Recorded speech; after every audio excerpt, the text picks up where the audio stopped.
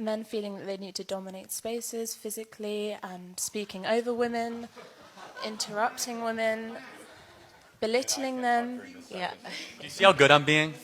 I mean, you can... So just a question. So you just said when men interrupt and dominate spaces, were you a toxic feminist when you interrupted me when I was on stage? No, I was interrupting something I'm just asking. that I fundamentally don't believe in. I'm just asking because you're saying that somebody interrupting someone is now a symbol of toxic masculinity. You just interrupted me on stage, so are you a toxic feminist? I wasn't interrupting you because I didn't... You went bullshit! Yeah, because you were talking bullshit! Because you were talking bullshit. I didn't interrupt you because you're a woman. I interrupted you because I didn't Maybe- believe what you were saying. It's not that I didn't believe But what you were maybe saying that's what because men of do your sometimes? femininity. Is it possible I was that men disagreeing with sometimes your interrupt because they disagree with what women are saying and not because they're toxic masculinity in the air? Like, do you get what I'm saying? Is that you're coming up with terms and sometimes people just interrupt. I'm fine with the fact that you interrupted me. It happens all the time and I'm not holding that against you. I'm just using it to prove a point that you've created an entire concept around when men interrupt women, but you literally just interrupted me and you don't identify as yourself as a toxic feminist. No, because I interrupted you on the basis that I didn't agree with the politics you're espousing, both of you. Well, maybe men Not are because just I don't disagree believe with in what you're saying saying. because you're a woman. The fact that you're a woman is completely irrelevant to me. But maybe what it's you're irrelevant both to men as well when they interrupt people. That's Men not the interrupt case. other men interrupt That's women. not the case. We're There's society. a culture of men's voices being valued more than women's. What is your metric for Give this? us one piece of data. Yeah, One. like a data. Any piece of data. You can't just say there's a culture of men interrupting women. What's your data point for Any this? kind of interpretivist data where you're looking at interactions, at dynamics, you can see. I mean, what do you want me to say? Like a Like a statistic? fact? Yeah. Any fact. Any kind of How about the stuff on the news? A recent huge cultural example. And here we have more of these feminists playing victim and using the invisible boogeyman as the reason for why they're so oppressed and they can't get anything done and they can't achieve their hopes, their goals, their dreams. It's this invisible boogeyman, and thank God there are people like this, real women like this, who are starting to call these fake women out, right, for their whining, their incestuous need to be a crybaby about everything. And every single one of her points is talking about how, society still values men's voices more than women. And it's like, really? I don't see that happening out there. I see the reverse. And I mean, not only that, but I see it as not even being earned, right? I see society valuing women's voices more for no other apparent reason than the fact that they're women. And this is essentially what most feminists like her want, is just complete supremacy where you cannot criticize a female whatsoever. You can never hold her accountable. You can never hold her responsible for any poor decisions she makes. Anything she does wrong, she's completely blameless and faultless. That is exactly what they want. Okay? Because, God forbid, you call her out on her BS. You hold her feet to the fire and say, present some facts. Present some data on what you're saying. And then they can't. Oh, see, you're doing it, man-hater. It's like they're all just narcissists at the end of the day. How many times I can tell you this, guys? Every chick like this, it's basically every modern feminist, is just a narcissist. And all they do is gaslight. All they do is expect you to pedestalize them, praise them for something they didn't even earn. It's like, why can't you just go out there like the rest of humanity, and if you want to achieve something, just stop crying about it and just make it happen? You know why? Because you're a woman? I mean, I can't say this enough. The entire world right now is set up for women. It's not set up for men. It's set up for women to make sure women do not fail at anything. They can succeed at anything they want to do. Science, engineering, flying airplanes, military, government, you name it, right? You've never seen more women leaders than ever before. Yet, that's still not enough. And most of these chicks who are in these positions, these high office positions of government and these C-level executive suites, I'm just going to say it, did not earn these positions. They were parachuted in. Okay? People had their arms twisted to get them in. Right? They did not earn these positions like a normal person would. Even, look at the requirements to be a firefighter, a cop, or join the military, fly fighter jets. All of these requirements have been all of these standards that they normally have been lowered to make it easier for women to succeed. So what else do you want? Okay, and here is this chick complaining that women's voices are not being heard, complaining that whenever a woman speaks, they're belittled. Oh, they're talked over, and their voices aren't heard. And you heard the crowd laugh, right? The crowd laughed at her because they're like, this chick is seriously delusional, right? And it is getting funny now to see that these feminists are, and it's actually very pleasing to see that these feminists are finally starting to get laughed at by people. Nobody's taking them seriously anymore. This is why over half of the women out there don't even want to identify with feminism, because of chicks like this. It's like, I don't want to be associated with this craziness, right? I don't want to be associated with this level of narcissism and like grandiosity of myself, right? And this level of conceit that most modern feminists have, right? And this chick was sitting up there literally talking about language. Now it's like not enough that more women than ever are graduating college, more than men, more women than ever are dominating these like CEO, C-level suites in many of these major corporations and in places of government. You got a female vice president right now, and it's like, no, that's not enough. Now we want to make sure you don't criticize us whatsoever. You should not say a thing against us. You should not, I want to be able to speak and everyone just clap like seals. Everyone clap like seals and just tell me how great I am, how right I am. I don't want to hear any different opinions. I just want to hear an echo chamber of everyone clapping for whatever I say is great, no matter if it's not great or based on facts. Everybody just clap like seals. It's like, are you serious? Are you that much of a dictator?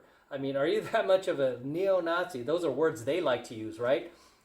I mean, are you that much of an oppressor that you expect nobody to challenge you on your clearly bad ideas that are not based on any stats whatsoever? You have no data to back this up. You don't want anyone to challenge you whatsoever. You know what that's called? That's called being a dictator. That's called being an authoritarian, right?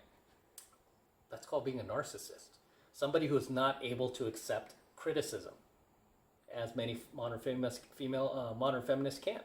They cannot accept any type of criticism. Anytime you try to criticize them, instead of trying to debate you based on facts, based on logic or common sense, they will accuse you of mansplaining. They will just start name calling like a child. They will resort to like juvenile ad hominems, like personal attacks, right? Character attacks, right? They'll just resort to that because they can't argue like an adult. They're not. This is why I don't have respect for modern day feminists. They're not adults. They are just spoiled children. They are just big crybabies at the end of the day who constantly just beat their drum, play victim. They're always going to play victim, and they encourage other women to act like victims too. And it's like, no wonder you're not getting anything done in your life. You have so much time in your hands to play victim instead of getting out there and making things happen.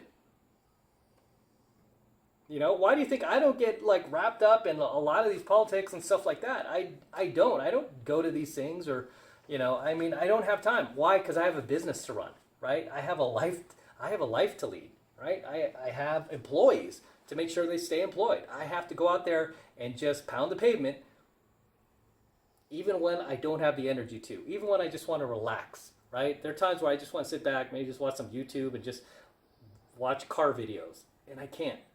Right? Because I'm busy, right? Some of you guys message me on social media like, hey, Em, I messaged you, man, check your DMs. And I'm like, sorry, dude, it's like, I can't all the times. I try to as much as I can, especially if you're in my programs. I will try to check, if you get filtered in, I will try to check and read them and respond, right? But, if somebody's sending me anonymous messages, sometimes it's hard, right? It doesn't mean I never do, but I do when I have time. But it's hard because I have so much going on right now, and I have content to shoot. I have other businesses I'm running. I have to make sure my employees are still employed again. I have to make sure I'm taking care of family. I have a lot of family. So it just amazes me like how these chicks, so many of these modern day feminists have so much time to show up to these protests and march in the streets about women's rights and bitch and complain, and then even show up to these events that aren't even for them. That event was like for Turning Point USA, which is like a right-wing event. Why are you even showing up to that? You know you're going to get shut down, but she even has the time for that. You know, and it's like, no wonder you're not getting anything done. You know, it's not men who is oppressing you. It's you who's oppressing you, right? You are your biggest enemy because you're just living in a state of anger and a state of victimhood, right? I've always said victims are losers, right? I mean, I don't care. I mean, today, the way the world is set up, it's very hard for anybody to fail. It's harder for, I mean, it's obviously harder for men to succeed. But with the internet, I mean, the fact that you could build a business online for as low as like $100 and be off and running, I mean, that was unheard of back in the day. You don't have to lease office space. You don't even have to get employees yet. You could test out all these ideas. I mean, you could go out there and make $1 million, right? But you can't do that if you're sitting around bitching all the time, thinking you're a victim and somebody's like magically oppressing you. I mean, I grew up in that type of environment where I did have some family members, God love them, who are saying, no, you can't get rich or you can't succeed unless you know somebody who's already rich or successful. That's just the way it works, right? And it was kind of trying to instill a victim mentality in me, and I rejected that. I was like, no, I think I could figure something out, right? There's got to be a way, right? That was always my optimistic, my optimistic mindset, even as a child. I was like, no, I'll figure out something, right? I don't know what I'm going to do. I'm going to figure out something. And then I think one of my classmates even teased, like, what are you going to do? Sell coloring books, sell crayons? And I'm like, if I have to, I'll create a better crayon. I mean, I always had that optimism. The last thing I did was sit there and go, oh, this magic boogeyman, this invisible boogeyman is holding me back from my dreams. Especially in today's day and age where it's so easy to go out there and win. It's so easy to go out there and succeed. It's so easy to go out there and crush it. You've never had more opportunity and convenience and technology at your fingertips than you do in today's environment. Yet, here are these people still bitching and complaining as if they're living in the medieval times or something. It's sad, but that's what I say. Most of these modern feminists are complete fucking losers, right? Loser. Just take the L. Don't even go to these events and, start talking your nonsense. Just take the L. Go to your mirror, go home, take the L, right? Go, hey, I'm a loser. I don't win at anything. I'm just a loser who's just constantly playing victim, and I constantly feel like somebody's oppressing me, and even if they don't mean to oppress me, somehow they're oppressing me, right? And I'm constantly in this state of victimhood because I watch the View and CNN and corporate media. So yeah, there's always somebody who oppresses me. I just can't succeed out there, and I want men to just completely have no voice at all. No one ever criticize me. No one ever tell me or make me feel bad whatsoever. You know what that's called? That's called a crybaby. But in layman's terms, that's called a loser, which most modern feminists are. Change my mind. As always, guys, drop your comments below. Let me know what you think of tonight's coaching video, and let me know how you feel about it. Always love to read your comments. Always love to see you guys in my comments. So, yes, please drop those comments below. Until next time, this is M from the 33 Secrets, signing out here from top of Vegas. Got an excellent view, as always, and always love to share it with you guys. So don't forget to smash that like button below. Go ahead and smash it right now. Also hit that notification bell right next to it so that you're notified whenever I release a brand new coaching video here on the YouTube. More importantly, guys, please make sure you subscribe to my channel. It helps me out a ton when you actually subscribe to my channel. So please make sure you subscribe as well.